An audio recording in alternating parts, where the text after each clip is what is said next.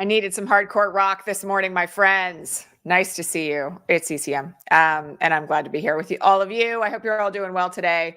It is the 19th of February, 2024. It's President's Day, and I have chaos in my house because my kids are off school today, but we're doing all right. So I hope you all are as well. Greetings, as always, from occupied Tongva territory here in Southern California. Today, I am wearing a cream-colored T-shirt with a kind of chocolate sweater over top. My hair is down. I am a pink-skinned, green-eyed, dirty, blonde-haired woman. I'm sitting here in my office, as always, in front of a plant and a big cushy chair. Hello, New York, Seattle, Woodstock, Tustin, California, Pittsburgh, Pennsylvania, Guadalajara. Hello. I know we've got people on here already from Sweden. I saw Iowa, I saw Tennessee, Santa Fe, New Mexico. Good afternoon, good evening, good morning, depending on where you're coming from. All right. There's a really interesting piece this morning in CNN that really kind of sparked my interest. And many of you know that we've spent a lot of time here on the broadcast in the last couple of months talking about the potential end of the Republican Party. And we've had a lot of moments sort of laughing about this in the context of Lindsey Graham's crazy prescient moment of, if we nominate Trump, we'll get destroyed and we'll deserve it. And that tweet is still up 8 years later. One of the things that I just want people to be aware of, though, is that there's some real movement on this front happening in the House of Representatives. And it's I don't think I had really strung together how noticeable it was and how big the loss has been until this piece from CNN came out this morning. So 23 House Republicans have announced that they are not running for re-election from the House this year. And it's not small names. Like Ken Buck isn't running. Greg Pence, who is Mike Pence's brother, is not running. Debbie Lesko, who has been like one of the banes of my existence for a very long time now, is not running any longer. The Energy and Commerce Committee has lost 8 Republicans alone. And, the explanation for all of this, hi, Costa Rica, hi, Brittany, France. One of the things, hello, British Columbia. We got the international folks in the house today. It's really nice. I think one of the things that's really noticeable about it from the standpoint of where we're headed is that it's not like we're losing junior people, and it's not they are losing junior people. It's not like these are people who are kind of unknowns. And it's very interesting watching what the discussions are about this, because a lot of it has to do with the fact that since Kevin McCarthy was forced out by Matt Gaetz, more on that in a minute, there seems to have been a sense that the GOP has lost control of itself and nothing is getting done. There is just an incredible stonewall by the Freedom Caucus and the far right wing of the party refusing to agree to cooperate on anything, let alone with this slim of a majority. And the House GOP is kind of falling apart. I mean, we've lost enough seats, they've lost enough seats, particularly in swing states now. I mean, I have to point out that one of the people who is not running again is a fellow who's in a swing seat, for instance, in Nebraska. There's enough movement now that we hopefully will be able to take back the House without too much trouble, notwithstanding all the gerrymandering in North Carolina and some other places that has caused concern about us being able to take it back. Now, the thing I just keep thinking about, though, is like what's left, right? Because the real question here is that if the GOP is abandoned by people who were, at least as far as they're presenting themselves in the media, committed to actually passing legislation to benefit the American people, albeit as ideologues, what does that mean? Well, it means that the far right wing of the GOP controls the House. And it means that the far right wing of the GOP controls the GOP. And essentially what that means is that they're doing nothing. And that in and of itself, yes, and calling them the insurrectionist wing of the party is also completely accurate. One of the things that I think folks should be thinking about here is like, what is, and I know we've got a long way to go between here and there, but it's President's Day and the news cycle's like momentarily slow. More on that in a minute also. One of the things we have to be thinking about here is like, what does the system look like after November? Because, my sense is that if we all continue doing the work and we continue fighting back really hard and we, take back the House and all of that, the GOP is going to be decimated. And it raises really interesting considerations for like, what does the future of American democracy look like? I'm going to remind everybody, we weren't always a two-party system. We certainly weren't always Democrats and Republicans. And it's a real kind of curious moment So, I'm just going to say this right now that there are, some issues here right now with questions about what the future of the two-party system even looks like. Now, I have to admit, I don't agree with Liz Cheney on a lot of things, but I'm going to agree with Liz Cheney on one thing here right now, which is this is not the moment to consider like third parties or the rise of a new, moderate conservative party. She herself has said that her view is that there's an importance here to defeating Trumpism really badly at the ballot box in November and then seeing how everything shakes out. But I do want to remind everyone that these are very unstable times politically. I personally am of the opinion right now, and I've said this on Threads a lot in the last few days, that between the judgment that was entered on Friday, the fact that Trump is going to trial on March 25th, a scant, I'm counting it down now. It's like 36 days from now, less than that because it's 35 days because it's February in a leap year. One of the things that I want everybody to just be very, very clear on here is that we are coming around the bend on the prospect of whether or not Trump is going to be the nominee even in this year. And unstable times lead to a lot of uncertainty from the standpoint of the future. So we've really got to kind of like commit here. No, we're not in a stalemate, Elizabeth. Your point is completely right. One of the things that we've really got to commit to here is just the most sound defeat of Trumpism and all far-right candidates in November, so that it is much more difficult for any shred of the fascist GOP to survive.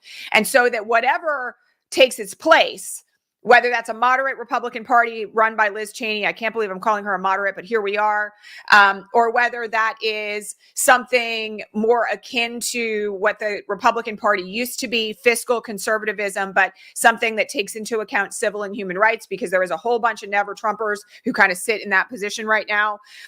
We don't know, but we have to make it very, very difficult for anything other than democratic and progressive values to rule the day for we're talking like generations now. All right. And the only way that we do that is by making sure that we are mobilizing relentlessly for November. So that is that. And, I have to say there are some other big developments on this front. I'm not going to spend a lot of time on this, but Ken Paxton is going to go to trial on criminal charges. There was a ruling about this at the end of last week. Ken Paxton, the Attorney General of Texas, who has been in charge of so many of these fascist policies against trans folks, against immigrants, the barriers at the border, the abortion rights issue. He is the person who forced Kate Cox to leave the state. He is going to trial for crimes, securities fraud, and other things. And he may be out of power, in a matter of weeks. So there's a number of things happening here that are showing light at the end of the tunnel. And I'm cautiously optimistic. I think you all should be too. But I do want to mention that, there are other signs of death knells that we should be aware of. So I promise you we're going to talk a little bit about Matt Gaetz. So for those who, let's just do a little brief recap here, okay? Matt Gaetz alone, and then with 8 of his colleagues in the far-right caucus, were responsible for Kevin McCarthy being removed as the Speaker of the House, to the great chagrin of the vast majority of the House GOP. And in fact, when we look at the exit, this mass exodus from the House GOP that we're talking about this morning, many of the folks who have announced that they are not running again are pointing to the forcing out of McCarthy as the moment where they decided they were done. I'm also just going to tell you all, though, that, and I said this at the time when we were going through those, who's going to be? Is it Jim Jordan? Who's it going to be? Mike Johnson? Who's it? Who's up? How many votes is it going to take? When we were going through all of that, one of the things that I pointed out is that, not to quote Taylor Swift, but there's nothing Kevin does better than revenge. And all we have to do is look at Madison Cawthorn when we consider how this has gone down in the past, because there's very little debate in the sort of Washington circles of journalists and commentators that Madison Cawthorn was punished with Oppo video by Kevin McCarthy for speaking out to the press about the fact that he had been invited to these kind of sex and coke fueled parties while he was a member of the House of Representatives. Now, Now, there has been an ongoing ethics investigation into Matt Gaetz for a while now, but it was kind of dormant. And the word was that the reason why Matt Gaetz actually forced Kevin McCarthy out was because he was mad that McCarthy wouldn't kill the investigation. Well, lo and behold, now that Kevin McCarthy is gone, several months out from that, what we are seeing now is a resurgence of media leaks about this investigation into Matt Gaetz. And in fact, now the House Ethics Committee, Republicans run it like every other committee right now, has been leaking information to the press about the fact that not only do they now have a cooperating witness in the form of a woman who was underage at the time, and also was by the way, like, she's now a cooperating witness with them, is the person who was the subject of part of the criminal investigation. We also have someone who has now come forward to cooperate, who has said that she had sex with Matt Gaetz and some of his friends at a party that she was paid to be at, and also that she was invited to travel with Matt Gaetz and some of his friends outside of the country for purposes of sexual activity, which, by the way, constitutes sex trafficking. So this investigation is really heating up. And one of the reasons why that is taking place, which is not being reported much in the mainstream media, but we can string this all together, is because Kevin McCarthy's people are really pissed off that he was forced out of the Congress. And it's not like I'm going to root for Matt Gaetz on anything. You all know he's in like my top 5 most despised human beings on the face of the political earth at this moment in time. He's up there with, like Stephen Miller in my book. But one of the things that is going to be very interesting to watch is the degree to which the GOP eats itself as a result of some of these things, right? Because they are very close to not having a majority any longer inside the Congress. And yet they are proceeding with this investigation, which I will just tell you, everybody's known about Matt Gaetz for years now. Okay. I'm going to remind you all, this whole investigation into Matt Gaetz began like more than 2.5 years ago. And his friend Greenberg is already serving time in prison for trafficking. All right. The whole thing here that folks need to be aware of is that there are certain parts of the GOP in the House that are absolutely done with Matt Gaetz and his ilk. And they're willing to kind of like destroy their own party and their own majority to punish him for what he did. So that's another thing that is kind of like leading us in the direction of ending up with the destruction of the House GOP. And, as long as the statute of limitations hasn't run, he can also be referred to the DOJ for indictment. So I have not thought this story was done for a long time. A lot of you have been bugging me about this for years, and I know, but every single time that it's come up, I'm like, I don't think this story is over. I don't think this story is like over at all. And the moment will come where he will pay the piper. And, just to answer your question, Mike, no, I don't think the GOP is trying to heal themselves. I think that the GOP is in the midst of its own self-destruction, and they are flailing, and they're angry, and they're looking for people to blame. I don't think any of this is an attempt to we're going to redeem our reputation, let alone when the far right wing of the party, like literally, if you go look at the CNN article that I opened the broadcast about this morning, what you will find is that the far right wing of the party is gleeful. The head of the Freedom Caucus is out there with quotes about being pleased about the fact that all of these people are quitting the House. Literally is saying, I don't know why you're calling them a brain trust. We're losing some of the dumbest people in Congress. I mean, they're not trying to purge themselves of anything. If anything else, they're moving very, very far in the direction of adopting a purely fascist perspective. And the issue here is that we just absolutely have to crush the GOP at the ballot box everywhere. Thanks for mentioning this, Mal. Early voting begins tomorrow, fellow Texans. Don't forget, we're coming up to Super Tuesday now. It's March 5th. We're not that far away. So, my ballot is sitting literally on my kitchen counter. I'm going to go fill it out later on today. But I do want everybody to be aware that, part of what we have to do here is really, by the way, get out the vote for everybody who is a Democrat. And Joe Biden's got to win by exponential numbers, just like he did in South Carolina against any third party candidate as we proceed. Okay. I want to talk for a minute. Somebody asked me about Trump missing the civil appeal deadline to the Supreme Court on presidential immunity. So many of you will recall, we're not paying a ton of attention to this case on the regular here, but there are civil lawsuits pending against Donald Trump for January 6th. They are filed by, for instance, Congress people whose lives were put in jeopardy on January 6th because of Donald Trump's incitement of the insurrection. Eric Swalwell happens to be one of them. There are also lawsuits pending by police officers officers. These are civil lawsuits against Donald Trump, the political candidate, for what he did to incite violence on January 6th, okay? And one of the things that he has asserted there is immunity. Same presidential immunity arguments that he has made in his criminal cases. He lost that one, you will all recall, or not, because it's really hard to keep track of all the stuff. Like, I freely admit it. That's one of the reasons why I'm here so much these days. He lost that case also in front of the DC Circuit.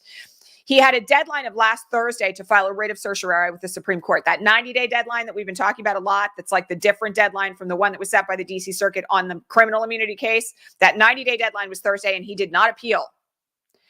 Now, I will tell you, there's a lot of tea leaf reading about this over the last couple of days. I'm going to come back to vote blue no matter who in a minute. I want everyone to stop saying that, and I'm going to tell you why. One of the things that I want people to just be mindful of here is that he doesn't have the smartest legal team. And I'm not convinced that this was an intentional choice. His spokesperson is out there saying, oh, well, we'll continue fighting for immunity. And there is a little bit of a glitch here in the civil immunity cases that, which is that the decision by the DC Circuit that said no civil immunity for the president also said, but if facts develop at trial that show that he's entitled to civil immunity on a given thing, we'll reconsider that issue. And so that may be a conscious decision that was made by his lawyers. Okay, we have an opportunity to build the factual record here that civil immunity should exist as to one particular thing, like me talking to somebody in the Department of Justice. All right. Trump talking to somebody in the Department of Justice. I mean, not me. But, point being that they are going to have a second bite at the apple. And so there may have been a decision on that front. But again, this is the civil case, not the criminal case. The civil cases out of January 6th. We're still waiting for the Supreme Court on this issue of the stay on the criminal part of the appeal, which, by the way, he's still well within the window of a writ of certiorari on that case. He just doesn't have he's not within the window of the time to stay the trial. All right. And I'm telling you, I think we're going to get a decision on that possibly as soon as Wednesday, which is the next day that the court is going to have a decision day. So again, I think this might have been an error. And I have to say, with how they've appealed literally everything, the idea that they would just randomly decide not to appeal this one is kind of not right. And it doesn't make sense from a logical or a strategic standpoint. So, we'll have to see. But my bet is that there is some concern here about whether or not their lawyers actually did their job. Okay. And I want everybody to be very, very mindful about the fact that he just doesn't have the wisest, most experienced, most strategically smart legal team in the box, whatever. Okay. One of the things that I do want people to be thinking about here, and I want to just come back to this for a minute in terms of mobilizing. What? Where's the Supreme Court on Trump's immunity claims? Okay, can I just say something in response to that particular question? Literally, Trump's reply brief was filed on Friday, and it's a holiday weekend. Nobody was expecting the Supreme Court to rule on the civil immunity case this quickly. They could have ruled on it on Friday afternoon, but honestly, that was going to be a stretch. Their next announced decision date is Wednesday. So, and I'm just going to tell you all, by the way, I will remind you, I wrote writs of certiorari to the Supreme Court that sometimes took 6 months to get a decision. So people need to calm down. Just calm down. It's coming, and it's probably coming this week. I mean, all of this has been moving on a faster schedule than anybody could possibly have imagined who's been experienced in civil and criminal federal trial work. Okay. The vote blue no matter who thing. So I really think that is an incredibly dangerous slogan this year. And I'm going to tell you why. All right. We have a number of documented instances, and I've said this on the broadcast several times over the last few weeks, where former Republicans are running as Democrats for state and local offices. All right. One prime example of this is that there's a guy by the name of Don Blankenship in West Virginia who is a lifelong Republican. He's gone to prison for corruption. He is running as a Democrat for Joe Manchin's seat. Okay. We have instances here in Los Angeles County where there's a ton of former Republicans running as Democrats. All right. And this is not unusual. Okay, we've had this happen multiple times in multiple states, state, local, and national races at this point. We had another situation in West Virginia. You all know I'm really big on this because, the movie just premiered last week that I was involved in on this documentary. But, like Jim Justice ran for the governor of West Virginia as a Democrat, and then literally right after he was elected, flipped his party affiliation at a Trump rally. So you can't just be running around out there saying vote blue no matter who, because the end result of that is going to be that Republicans get elected as Democrats. Okay. One of the things that people need to be, yes, Elizabeth Owens in Columbus is another example. We have a number of candidates right now who are maximizing on the idea of vote blue no matter who by getting on the Democratic ticket when they're not Democrats. So one of the things that people must be aware of, and we don't need another Kirsten Sinema in the Senate, right? We all made a big mistake with that one. You've got to encourage people to be very cautious. And I have to remind everyone that most local Democratic parties put out a Democratic voter ballot recommendation, okay? Here in my own county, the Democratic Party has a ballot list of who they're endorsing as the local Democratic Party for every single seat. And it's really easy to just follow that.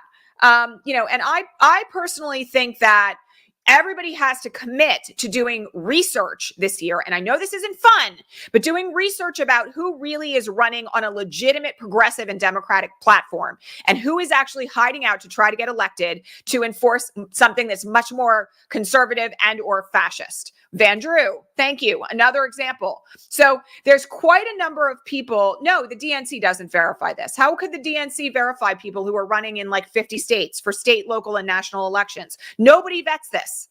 This is the responsibility of being an educated voter. Yes, thank you very much, Marilyn. Local indivisible organizations also put out voter guides. So you've got to pay attention to what is happening where you live. And one of the things that I want people to be mindful of here is that sometimes these choices are very difficult. All right. There are situations where there are, candidates for office who are former Republicans running as Democrats, and you've got to be really thoughtful. The only thing you can do is make the best decision at the time. So for instance, for somebody here who's saying it's a Republican and somebody who used to be a Republican running as a Democrat. Well, how would I vote in that situation? I'd probably vote for the Democrat anyway, even though I know they have a history of being a Republican. But let me give you an example here of this, because there's a situation happening in New Jersey that's really serious around this, okay? Tammy Murphy is the wife of Governor Phil Murphy in New Jersey. We all know that Bob Menendez has been indicted and nobody wants him reelected. Andy Kim, who was literally on his knees on the night of January 6th, cleaning up the Capitol building, has stepped into the race to run for that Senate seat. He is a profoundly qualified candidate for the Senate seat from New Jersey. Everybody should be endorsing Andy Kim. This is not a surprise for anybody who's been here. I love Andy Kim. I think he is an incredible public servant. He deserves to be Senator Kim from New Jersey, all right? But Tammy Murphy, who is Governor Phil Murphy's wife, has also stepped into this race. And until very recently, she was a Republican. She's running because of the name recognition. But even in her home county, she's losing. Okay. And one of the things that people who live in New Jersey need to make sense of here is how they're going to educate fellow Democrats about the fact that Tammy Murphy is not really a Democrat. Yes, Phil Murphy is a Democrat, but Tammy Murphy is not. And everybody's got to get very, very focused on making sure that when you are talking to your friends and neighbors, when you're doing the deep canvassing strategies, what you're doing is talking about the candidates that truly stand for the principles that we want to uphold as progressive Democrats on our side of the fence. It's really important that people get into the educational aspect of getting out the vote and not just go vote and vote Democrat, right? Because that game is being played by Republicans. So I just very much want people to stop with the vote blue no matter who, because that's the way that Republicans are going to get elected as Democrats. You have to encourage people to do better than that. You have to educate people about actual candidates, okay? And you can't do that if you're not building relationships with your neighbors and your friends and your family, where you talk about politics, where you talk about the issues that matter to people, the real kitchen table issues, right? What do you care about in New Jersey? Maybe you care about your electric bill. Who's going to be more in favor of green energy? I'm going to tell you right now, it's going to be Andy Kim.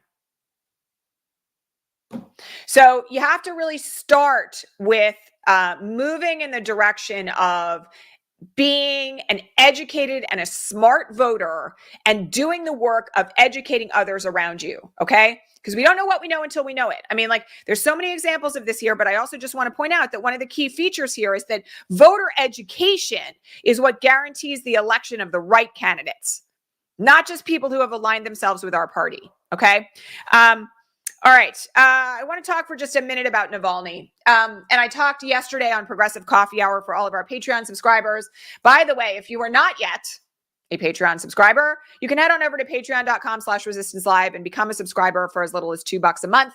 And then you can join us every Sunday for like coffee hour, which is fun and also sometimes political and sometimes about other things. It's sort of like an Ask Me Anything. But please get on over there and do that, because your paid subscriptions are what allow me and my team to like feed our families. All right.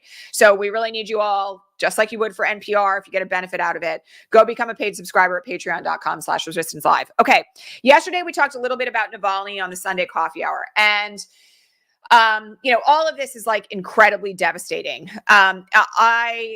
I cannot believe that, Donald Trump is out there this morning playing the victim and comparing himself to Navalny without, of course, stating the obvious, which is that Putin murdered Navalny, because Donald Trump and Putin are best friends.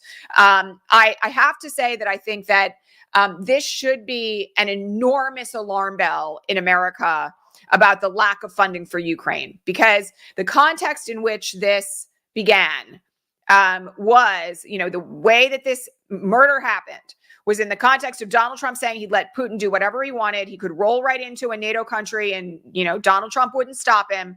Tucker Carlson going over there and letting Putin spew anti-Poland propaganda for half an hour and then talking about how wonderful Russian supermarkets are.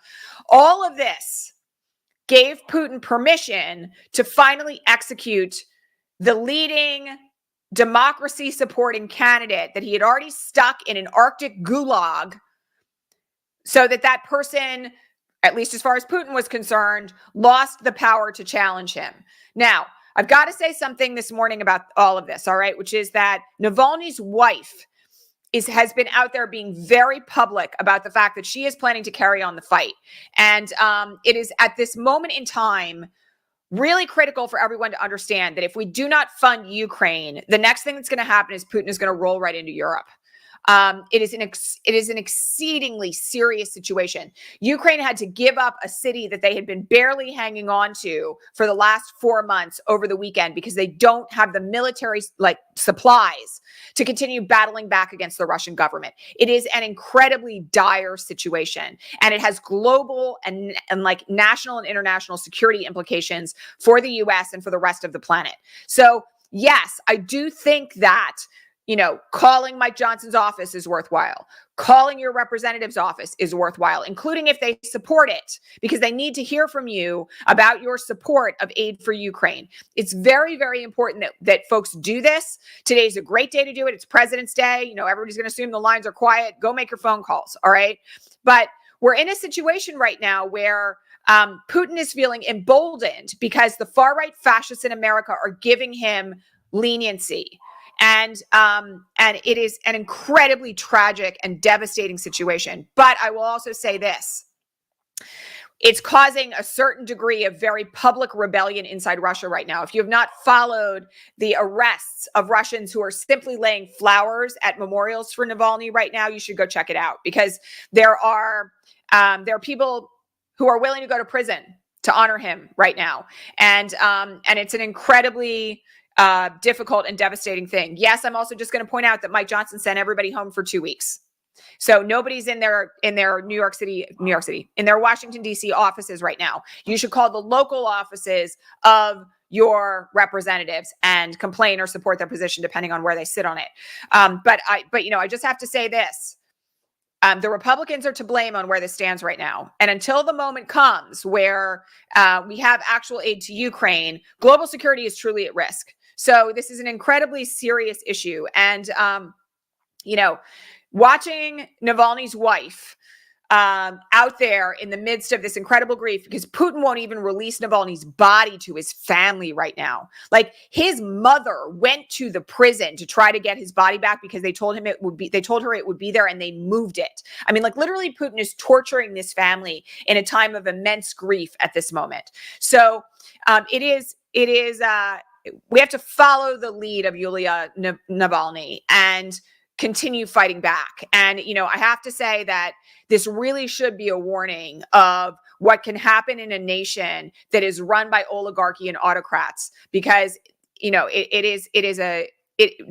Donald Trump wants to be able to kill his political opponents. I'll just make that very clear. There's no question about it. He wants to be able to round up the press who talk about him in ways that he doesn't like. He wants absolute presidential immunity so he can execute people, so that he can murder migrants that are coming over the border. He wants all the power that Putin currently has. And that makes it all the more important that the international community and our government funding go to stop Putin in his tracks. So, that's where I am on that. All right. Yes, just to answer the question, Yulia Navalny is not in Russia. One of their children is actually a student at Stanford University, but I think the last I checked, she was in Munich because Hillary Clinton saw her over the weekend. And Hillary Clinton is in Munich right now at a conference. So, again, it's just very, very critical at this point that we do all the right things in the context of trying to get our government to take the threat seriously. Because all of this, if Putin doesn't hear from the international community about this particular action in a way that backs up Ukraine and pushes him back, I don't even want to think about what's coming next. And it does make it all the more significant that we continue doing the work for the 2024 election. All right. That's it for today, my friends. I'm going to warn you all, it's going to be a really busy week. We're going to have a Supreme Court ruling, I think, possibly as soon as Wednesday, on the issue of absolute presidential immunity in the criminal cases. We now know, based on the hearing that was held at the end of last week, that Donald Trump is going to trial in New York City on the election interference case that relates to hush money and Stormy Daniels and Playboy Playmates and all of that. That is coming up on March 25th. That's the day jury selection starts. Then on top of it, we've got ongoing looming issues. We could be back on a trial calendar in Judge Chutkan's courtroom, depending on what the Supreme Court does. And I got to remind you, we still have all these document-related issues happening in Florida. Fulton County, we're waiting on a ruling from the judge. I'm just going to tell you right now, I do not think that Fani Willis is going to be removed. You all heard from me on this very, very strongly last week. But, once this whole situation is over, we're back on setting trial dates in Fulton County. So it's going to be a very, very big bit of movement.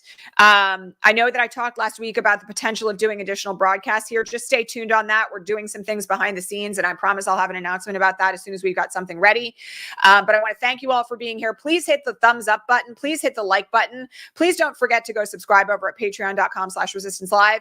I also just want to say to everyone that I know that the ad situation here has been a little different over the last couple of days. That is within YouTube's control. It's not mine. Please don't complain. You can always go buy a YouTube premium subscription if you want an ad-free version of this month by month. And, I am committed to showing up here as often as possible and to continue showing up. So I'm very, very grateful for all of you. Thanks to all of our Patreon subscribers, particularly. I'm going to go enjoy President's Day now, and I'll see you all here tomorrow, regular time. All right. Take care, everyone. Enjoy your Monday. All right. Bye.